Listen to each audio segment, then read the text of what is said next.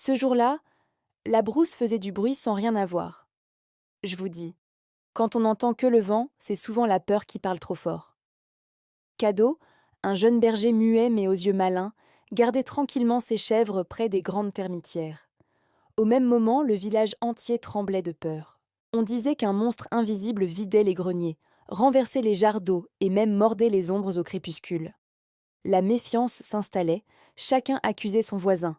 Et ça, c'est le plat préféré des monstres. Une nuit, alors que le village se terrait, Cadeau eut une idée. Il grimpa sur un grand rocher plat et leva sa flûte d'argile à ses lèvres. Et là, le silence a toussé. Il joua 3 notes courtes, suivies de 2 longues, puis d'une dernière qui traînait dans l'air. Ses chèvres se serrèrent les unes contre les autres.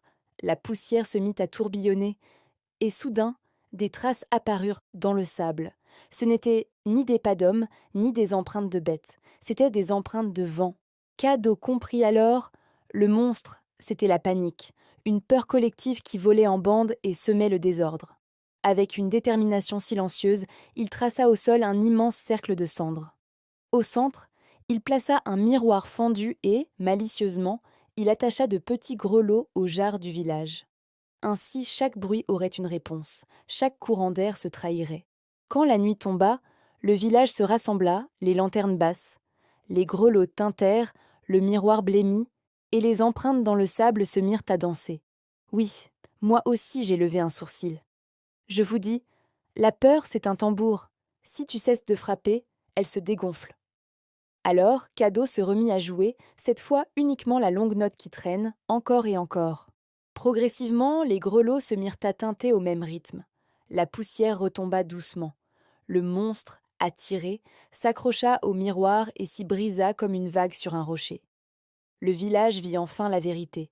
Des courants d'air s'engouffrant par les trous dans les toits, des greniers mal fermés et surtout des jalousies bien ouvertes. Le chef ordonna de réparer les toits, le mil fut redistribué équitablement et l'on se mit à chanter tous au même tempo. Cadeau, le berger muet, sourit. Sa flûte avait parlé pour lui.